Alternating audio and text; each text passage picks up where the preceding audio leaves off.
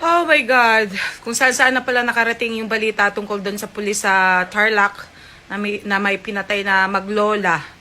So, tinatanong lahat, ano daw ang pakiramdam ko? Ano daw masasabi ko? Well, based on kung ano yung nakita ko na dyan, puro sila against doon sa ginawa ng pulis. Well, noong tiningnan ko naman saan nag-ugat, well, at talagang tiningnan ko talaga kung ano yung pangyayari, mga ganon, talagang mga pasaway nga naman kasi yung maglola, okay? Lalong-lalo na nung lumapit yung anak at sinabi na, my father is a policeman. So, meaning to say, mas alam nung bata na dapat igalang ang pulis, okay? At saka isa pa, ang pulis, peace and order, ang kanyang ginagampanang trabaho. First of all, ano bang ginawa nila? Okay? Yung pagpaputok na ano sa ibang mga tao, of course, kahit ako, kung sakali may nagpaputok at ako ay naabala, hindi man ako pulis, but I have to go to the policeman. At kung hindi naman na-actionan yung aking complaint,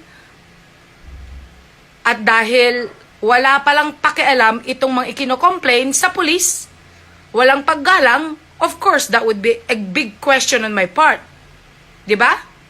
So, katulad nito, yung anak ang nag-react na mismo. Nakikita ko nagbi-video siya, hanggang sa nakita na niya na talagang wala na talagang paggalang sa pulis tong maglola, hanggang sa hindi na pagtimpi yung bata, lumapit, my father is a policeman. Let it go. So, natural, bilang isang magulang, pinalaki mo yung bata na yan, with respect, iginagalang ka bilang policeman. Anong gagawin ko? Hayaan ko na lang ba na babastusin yung trabaho ko? Babastusin yung ginagampanan kong katungkulan bilang pulis? At hahayaan ko na lang na i-manipulate ako itong mga maglolang ito na wala silang pakialam? Well, if I would be that policeman as well, hindi na baling ako'y makulong. Ayaw ko lang na mapahiya at mawalan ng dignidad yung trabaho ko bilang pulis na nagme-maintain ng peace and order.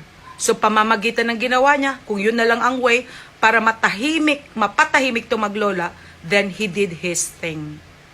That's what I think. Diba? Ano ang dapat niyang gawin? Hayaan